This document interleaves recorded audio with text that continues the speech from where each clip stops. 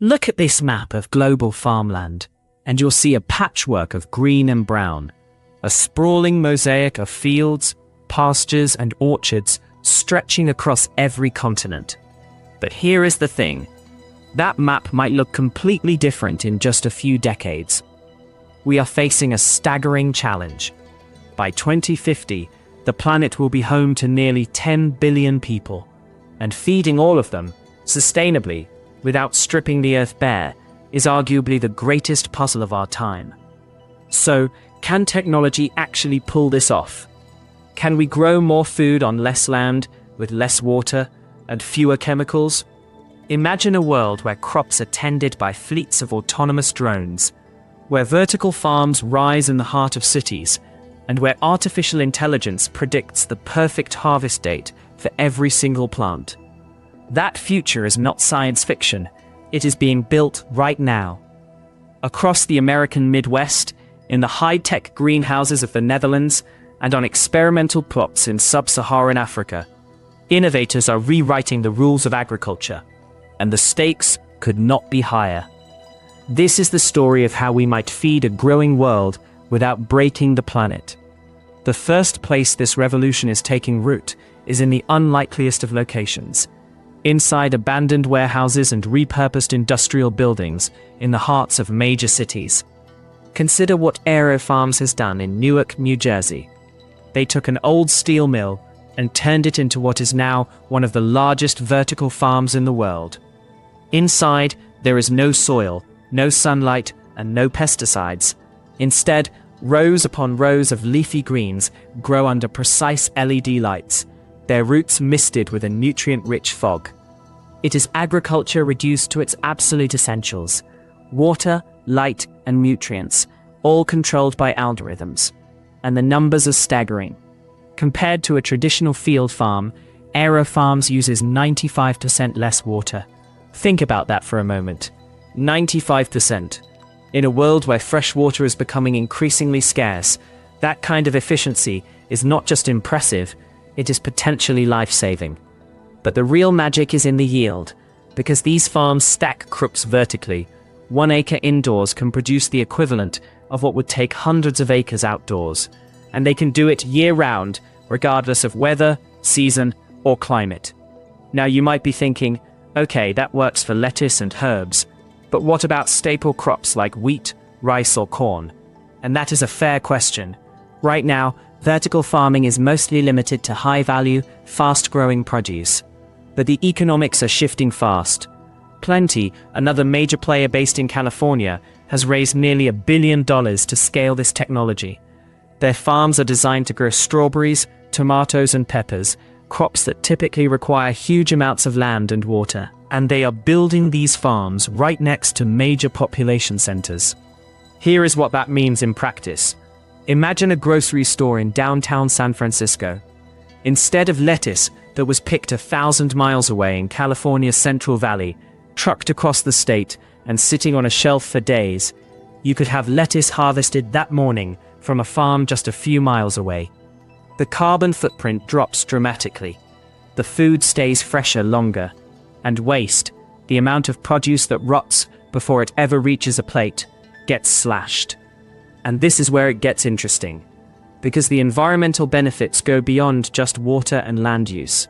Traditional open field farming relies heavily on nitrogen fertilizers, which are energy intensive to produce and contribute to greenhouse gas emissions. But vertical farms recirculate their water and nutrients in a closed loop. There is no runoff, no pollution of nearby rivers or groundwater. It is a fundamentally cleaner system. Of course, there is a catch. All those LED lights and climate control systems require electricity. A lot of it. If that power comes from fossil fuels, the carbon savings from reduced transport and fertilizer use can get wiped out. But as renewable energy gets cheaper and more abundant, that equation flips. The Netherlands offers a glimpse of where this is heading. Despite being a tiny country, it is the world's second largest exporter of food by value. How? By pioneering high-tech greenhouse agriculture that uses natural sunlight supplemented by efficient LED systems. they have turned a cold, cloudy climate into an agricultural powerhouse. So imagine combining that Dutch ingenuity with the vertical stacking of Aero Farms, powered by cheap solar and wind energy. You end up with something remarkable, a food production system that can operate anywhere, independent of soil quality, climate, or geography. But here is the thing. This technology does not just solve a supply problem.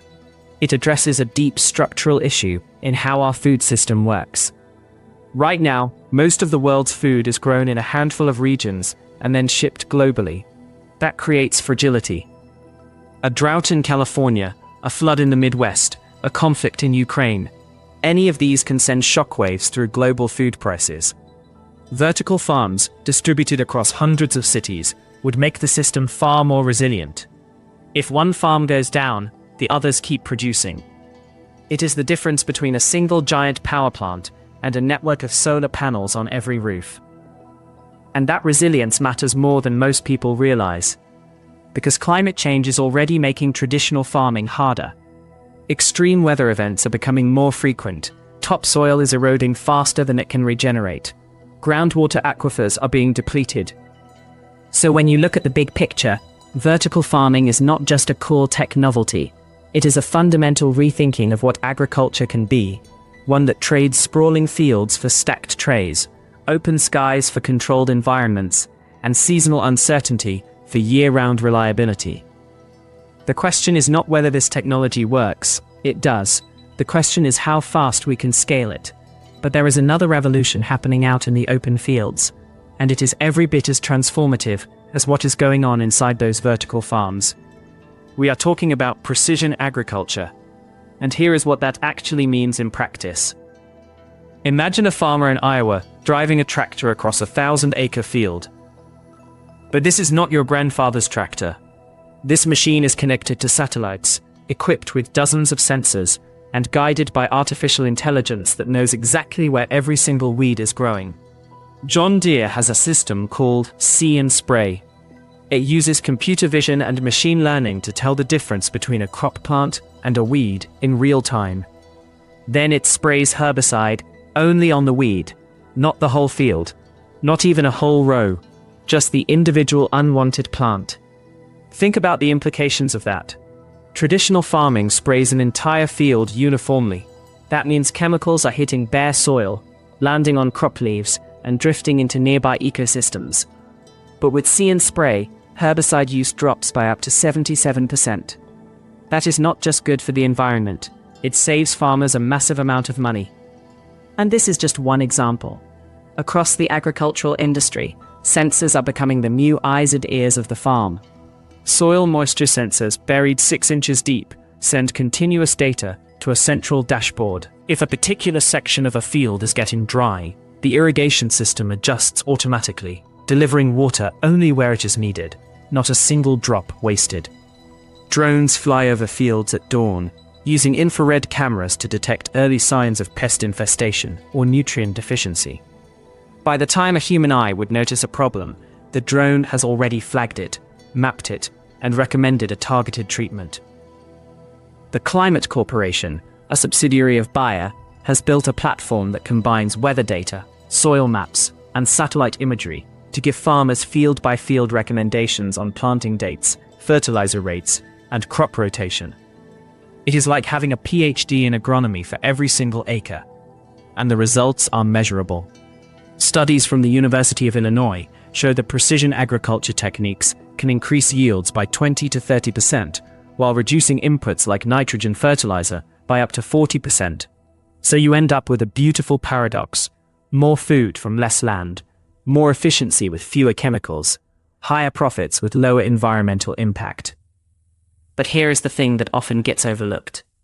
This is not just about fancy gadgets, it is about data, and data has a compounding effect. Every season, every harvest, every sensor reading adds to a growing data set that makes the AI smarter. The algorithms learn which varieties perform best in which soil types. They figure out the optimal planting density for each microclimate. Over time, the system gets better at predicting outcomes before the seeds even go into the ground. That predictive power is where the real breakthrough lies. Because farming has always been a gamble. You plant in the spring, hope for rain at the right time, pray that a late frost does not kill your blossoms, and cross your fingers that pests do not show up. But with enough data, that uncertainty starts to shrink. Consider what is happening in the wine industry. Vineyards in California and France are using sensors to monitor everything from soil pH to leaf temperature to grape sugar content. The AI can predict the exact day that each block of grapes will reach peak ripeness. Harvests that used to be scheduled weeks in advance are now timed to the hour. Now scale that logic up to staple crops. Imagine a world where wheat farmers know 3 weeks in advance exactly when to harvest, down to the individual field. Where corn growers can predict yield variability across a field and adjust fertilizer application in real time. Where rice farmers get alerts about an approaching monsoon and can drain paddies before the flood hits. That is not a distant fantasy. It is happening right now on farms across the globe. And this is where it connects back to the vertical farms we talked about earlier. Because the two approaches are not competing. Vertical farms handle the high-value, perishable produce in cities. Precision agriculture optimizes the vast open fields that grow the bulk of our calories.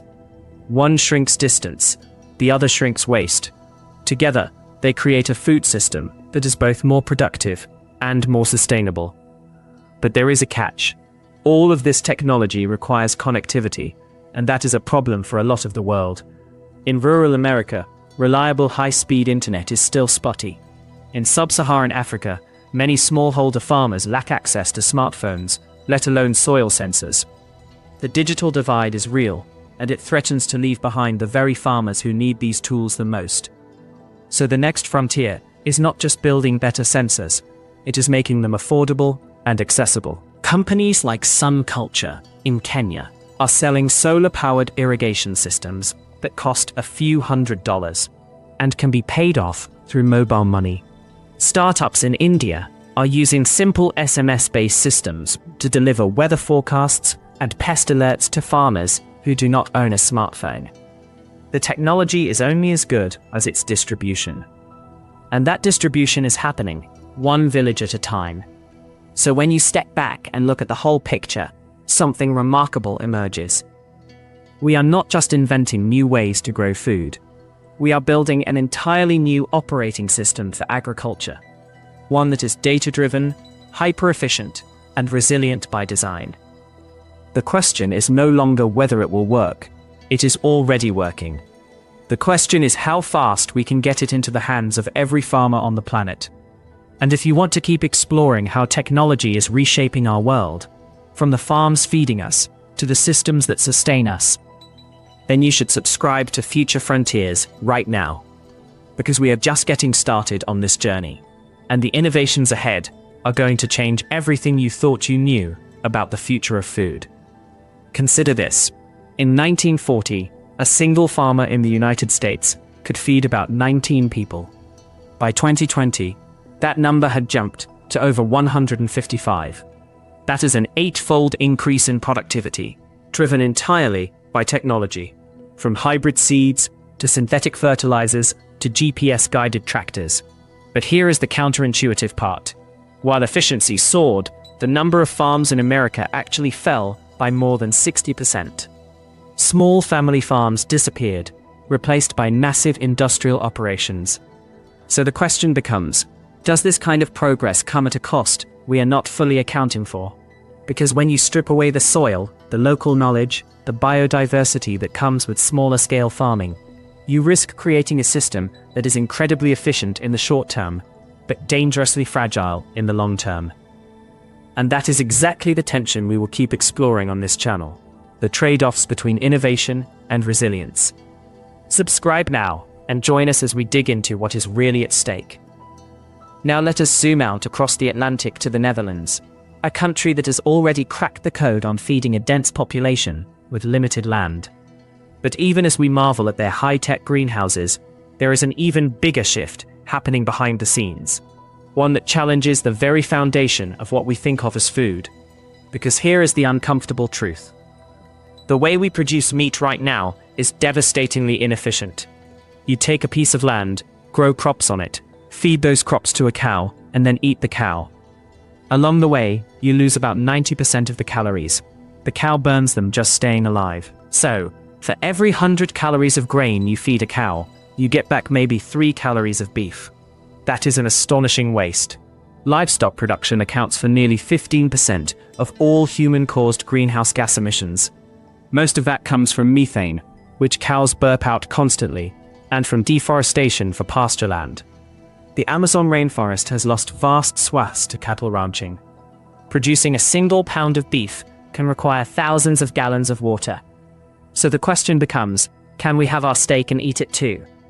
Can we enjoy the taste and texture of meat without the environmental baggage? Enter the world of alternative proteins. You have probably heard of Beyond Meat and Impossible Foods. These companies make plant-based burgers that look, cook, and taste remarkably like beef. They use pea protein, coconut oil, and beet juice to mimic the color and sizzle. Compared to a traditional beef burger, a Beyond Burger uses 99% less water, 93% less land, and generates 90% fewer greenhouse gas emissions. Those are not incremental improvements. They are transformational. But plant-based burgers are just the beginning. Because there is another category that could completely upend the livestock industry: cultivated meat, or lab-grown meat. The idea is simple. You take a small sample of animal cells from a cow, a chicken, or a fish, and place them in a bioreactor, a sterile tank filled with a nutrient-rich broth. The cells multiply, just like they would inside the animal, but without the animal itself. After a few weeks, you harvest real muscle tissue, real meat, no slaughter required. Upside Foods and Eat Just are leading this charge. In 2023, the US Department of Agriculture approved the sale of cultivated chicken for the first time. It is now available in select restaurants in San Francisco and Washington, D.C. Taste tests are overwhelmingly positive. People describe it as indistinguishable from conventional chicken. Now imagine scaling this up. A single bioreactor the size of a shipping container could produce as much meat as thousands of cows raised on vast pastures. If just 20% of global meat consumption shifted to cultivated meat, we could free up an area of land roughly the size of the United States east of the Mississippi River. That land could be rewilded, turned back into forests, wetlands, and grasslands that pull carbon out of the atmosphere. And here is the kicker. Because cultivated meat is produced in sterile, controlled environments, it does not require antibiotics. Right now, 70% of all antibiotics sold worldwide are used on farm animals, not humans. That overuse is driving antibiotic resistance, one of the most serious public health threats we face. Cultivated meat eliminates that problem entirely. But there are hurdles. The biggest one is cost. The first lab-grown burger, produced in 2013, cost over $300,000. Today, the price has dropped to around $10 per pound for some products. But it still needs to get cheaper to compete with factory-farmed meat at $2 per pound. The other challenge is scale. Bioreactors are expensive to build and operate. The nutrient broth that feeds the cells currently relies on growth factors derived from animals themselves, a paradox that defeats the purpose. Researchers are racing to develop plant-based or synthetic alternatives. And then there is consumer acceptance. The idea of eating meat grown in a steel tank makes some people uneasy. But the same was true of plant-based burgers a decade ago. Today, Beyond Meat and Impossible Foods are sold in tens of thousands of grocery stores. Public perception can shift faster than you might expect. So when you step back and look at the big picture, the trajectory is clear. Plant-based proteins are already mainstream. Cultivated meat is on the verge of breaking through. Combined, they offer a path to reducing the environmental footprint of our food system by 90% or more. This is not about forcing everyone to become vegan. It is about giving people better choices. A burger that tastes exactly like beef, but costs less and causes far less harm to the planet. That is not a compromise. That is a win-win. And as these technologies mature, they will change the very geography of food production. Instead of raising animals on sprawling farms, we will grow meat in facilities located right next to cities.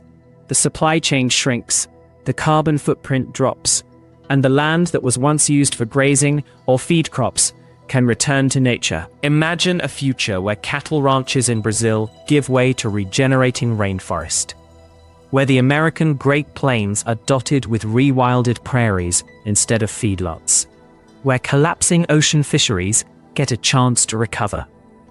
That future is not guaranteed. It requires investment, regulation, and a willingness to embrace change. But the technology is real, the science is sound, and the potential is enormous. So the next time you bite into a burger, consider where that meat came from, and ask yourself, what if there was a better way? Because there is, and it is being perfected right now, in labs and kitchens around the world. And this is where everything converges into something far greater than the sum of its parts. Because the innovations we have explored, vertical farms, precision agriculture, alternative proteins, they are powerful on their own. But when you connect them to the next layer of technology, the system transforms. Think about gene editing, specifically CRISPR. This tool allows scientists to make precise changes to the DNA of living organisms, and it is already transforming crops from the inside out. Consider the humble mushroom. Conventional mushrooms turn brown within a day or two after harvest, leading to massive food waste. But a team at Penn State used CRISPR to edit a single gene in white button mushrooms. The result? Mushrooms that stay white and fresh for weeks. No browning, no spoilage, no chemical preservatives. Scale that logic. CRISPR can create wheat varieties that thrive with half the usual water, rice that resists fungal infections without fungicides, soybeans that produce higher yields on the same acre. These are not traditional GMOs. They are edited versions of the plant's own DNA with no foreign genes introduced. That distinction matters for regulation and consumer acceptance. The International Rice Research Institute is using CRISPR to develop rice that survives flooding for up to 2 weeks. In Southeast Asia, where monsoon floods regularly destroy entire harvests, this could mean the difference between food security and famine for millions. But gene editing is not just about resilience. It is also about nutrition. Scientists have edited cassava, a staple for hundreds of millions in Africa, to produce higher levels of iron and zinc. They have created tomatoes with triple the normal antioxidants. They are working on wheat with lower gluten for people with celiac disease. Now, step back. Vertical farms give us controlled environments. Precision agriculture optimizes every input. Alternative proteins reduce the burden of livestock. Gene editing makes crops smarter and tougher. But there is a missing piece, one that most people never think about: soil. We treat soil as just dirt, an inert medium to hold plants upright. A single teaspoon contains more microorganisms than there are people on Earth. Bacteria, fungi, protozoa, nematodes, a whole underground ecosystem, and we have been destroying it. Industrial agriculture, with heavy tillage, synthetic fertilizers, and monoculture cropping, has degraded soil across the planet. The United Nations estimates 1/3 of all soil on Earth is already degraded. At this rate, the world could run out of productive topsoil within 60 years. But here is where innovation steps in. A company called Indigo Agriculture is pioneering soil microbiome engineering. They collect samples from healthy, high-yielding farms around the world. Then they isolate the beneficial microbes, bacteria and fungi that help plants absorb nutrients, resist drought, and fight pests. They grow these microbes in labs, coat them onto seeds, and sell those seeds to farmers. The results are remarkable. In field trials, Indigo's treated wheat showed yield increases of 10 to 15% while using less water and fewer fertilizers. And because these microbes are native to the soil, not synthetic chemicals, they improve soil health over time rather than degrading it. Imagine a future where every seed planted is coated with a custom microbe blend tailored to that specific field, crop, and season. The soil becomes a living, self-regulating system. Fertility increases naturally. Synthetic inputs drop, and carbon gets pulled from the atmosphere and stored underground, because healthy soil is one of the most effective carbon sinks we have. And this is where blockchain enters, because all of these innovations generate enormous amounts of data. But data is only valuable if it is trustworthy. Blockchain provides tamper-proof transparency across the food supply chain. A head of lettuce from a vertical farm can have its entire history recorded. The seeds used, the nutrients applied, a harvest date, the temperature during transport, the time on a shelf. Every link is verified and immutable. Companies like IBM Food Trust and Ripe.io are already building these systems. For consumers, you scan a QR code and see exactly where your food came from. For farmers, it means premium prices for verified quality. For regulators, it means tracing a contamination outbreak back to its source in minutes instead of weeks. Now put all of this together. You have vertical farms in cities, precision agriculture optimizing open fields, alternative proteins reducing meat's footprint, CRISPR editing crops for resilience and nutrition, soil microbiome engineering restoring farmland, and blockchain ensuring transparency across the entire system. This is not a collection of separate technologies. It is a unified operating system for food production. Data-driven, regenerative, resilient by design. And here is the most important point. This system is not just capable of feeding 10 billion people. It can do so while using less land, less water, fewer chemicals, and generating fewer emissions than the system we have today. It can restore ecosystems instead of destroying them. It can bring fresh food to remote communities. It can give farmers the tools to adapt to a changing climate. The pieces are already in place. The question is no longer whether this future is possible. It is whether we have the will to build it. So here is the question that started this whole journey. Can technology feed a growing planet sustainably? Everything we have walked through, the vertical farms rising in cities, the precision tools optimizing every acre, the cultivated meat growing in bioreactors, the gene-edited crops, the soil microbes, the blockchain transparency. It all points to one answer. Yes. Not a perfect yes, not an easy yes.